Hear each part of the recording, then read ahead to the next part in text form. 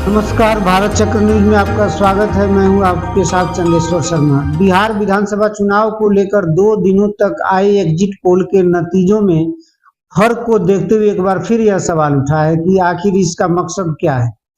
क्या यह मतदान और मतगणना के बीच के समय में किया जाने वाला मनोरंजन भर है या फिर उत्तेजना और उत्सुकता का धंधा। चुनाव के पहले कई महीनों तक ओपिनियन पोल का खेल भी चलता है, जो लोगों की इच्छा जानने से ज्यादा लोगों की इच्छा के निर्माण का प्रयास करता है। 2015 और 2020 में बिहार विधानसभा चुनाव को लेकर हुए एग्जिट पोल बुरी तरह धराशायी हुए थे। 2015 में ज्यादातर सर्वेक्षण एजेंसियों ने महागठबंधन की बढ़त तो बताई थी, लेकिन उसे अनुमान से काफी ज्यादा सीटें आई थी। आरजेडी जदयू कांग्रेस गठबंधन को 178 सीटें आई थी, जबकि एनडीए महज 58 सीटों पर सिमट गया था, जबकि ज्यादातर ने इसे 100 के पार बताया था। 2020 में कोविड-19 और बेरोजगारी के मुद्दों के बीच एनडीए को जीत हासिल हुई, जबकि एग्जिट पोल आरजेडी के नेतृत्व वाले महागठबंधन को स्पष्ट विजेता बता रहे थे। ऐसा ही कुछ 2024 के लोकसभा चुनाव के समय भी देखने को मिला था, जब ज्यादातर सर्वेक्षण एजेंसियां एनडीए को किसी तरह खींच तान कर 400 पार करा रही थी। ऐसा लग रहा था कि बीजेपी के 400 पार के नारे को सही साबित करने की होड़ लगी हुई है, जबकि हकीकत इससे काफी अलग थी। बीजेपी 240 पर सिमट गई।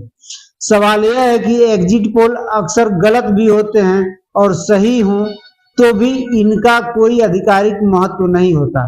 फिर भी इन्हें आयोजित करने में समय और संसाधन क्यों खर्च किया जाता है। एग्जिट पोल की शुरुआत मतदान केंद्रों से बाहर निकलते मतदाताओं से उनके वोट के बारे में पूछताछ करने की वैज्ञानिक विधि से हुई। इसका उद्देश्य चुनाव परिणाम आने से पहले ही संभावित विजेता और वोट शेयर का अनुमान लगाना था। 9 सितंबर 1919 को न्यूयॉर्क में जन्मे वारन जे मित्रोपस्की को एग्जिट पोल का जनक यानी फादर ऑफ एग्जिट पोल्स कहा जाता है। कोलंबिया यूनिवर्सिटी से सांख्यिकी में एमए करने वाले वारन द्वितीय विश्व युद्ध में अमेरिकी सेना में सांख्यिकी अधिकारी थे। वारन ने 1967 में एग्जिट पोल की शुरुआत की। अमेरिका में केंटकी राज्य के गवर्नर का चुनाव हो रहा था। सीबीएस न्यूज के लिए उन्होंने एग्जिट पोल किया। मतदान केंद्रों के बाहर मतदाताओं से पूछा कि वोट किसे दिया, लेकिन यह स्ट्रेटिफाइड रैंडम सैंपलिंग थी, यानी क्षेत्र, भाषा, लिंग, नस्ल सभी का ध्यान सैंपल में रखा गया। नतीजा क्रांतिकारी था। गलती 1% से कम निकली। ये छोटे नमूने से बड़े क्षेत्र के मिजाज को समझने की तकनीक थी, जिसे मित्रोपस्की मॉडल कहा गया। भारत में भी 1996 में पहली बार एग्जिट पोल इसी मॉडल पर आधारित था। वारन जे मित्रोपस्की ने केवल एक पोलस्टर थे, बल्कि चुनाव विज्ञान के आर्किटेक्ट थे। उन्होंने मतदाता के मन को पढ़ने की कला को विज्ञान बना दिया।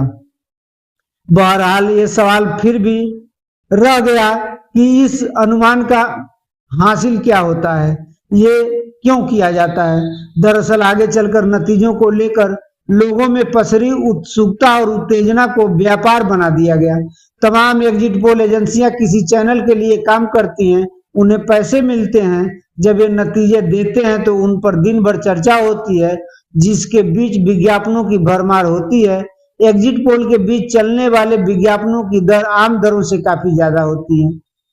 ये कमाई का भी धंधा होता है।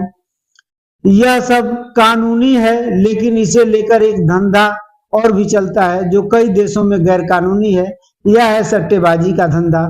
नतीजों के आधार पर सट्टा लगाया जाता है। उधर शेयर बाजार भी इससे प्रभावित होता है। जिस सरकार के आने की संभावना होती है, उसकी नीतियों को देखते हुए शेयर बाजार में चुनिंदा कंपनियों के शेयर उछाल मारते हैं। यह अलग बात है कि नतीजे सही नहीं हुए तो ये शेयर उसी अनुपात में नीचे चले जाते हैं। कुल मिलाकर मतदान और मतगणना के बीच एक ऐसा खेल रचा जाता है जिसमें अरबों का वारा न्यारा होता है। एग्जिट पोल के अलावा ओपिनियन पोल्स का भी माया जाल चलता है। ओपिनियंस पोल यानी लोगों की ओपिनियन या राय जानने का तंत्र है। इतिहास में दर्ज हुआ पहला ओपिनियन पोल 1834 का मिलता है, जब हैरिसबर्ग पेंसिल्वेनिया ने 1836 में होने जा रहे अमेरिकी राष्ट्रपति चुनाव को लेकर लोगों के बीच रायशुमारी की थी, लेकिन सैंपल साइज बहुत छोटा था, एक ही शहर का था और रैंडम सैंपलिंग भी नहीं की, यानी कोई वैज्ञानिक विधि नहीं अपनाई गई थी। यह पोल एक्स्ट्रा पोल कहलाता था। फिर एक शख्स ने इसे प्रमाणिक बनाया, लेकिन इसमें 100 साल लग गए। ऐसा करने वाले शख्स का नाम जॉर्ज गैलप था। जॉर्ज होरेस गैलप का जन्म 18 नवंबर 1901 को आयोवा, अमेरिका में हुआ था। गैलप सर्वेक्षण वैज्ञानिक, पत्रकार और सांख्यिकीविद थे। उन्हें फादर ऑफ मॉडर्न पोलिंग कहा जाता है। जॉर्ज गैलप ने 1935 में American institute of public opinion की स्थापना की और 1936 के राष्ट्रपति चुनाव में रूजवेल्ट की जीत की सटीक भविष्यवाणी की। उन्होंने एक वैज्ञानिक विधि बनाई थी कि लोगों की राय जान सके। आज की खबरों में बस इतना ही। कल फिर मिलते हैं देश दुनिया की बड़ी खबरों के साथ। आप देखते रहें भारत चक्र न्यूज। नमस्कार।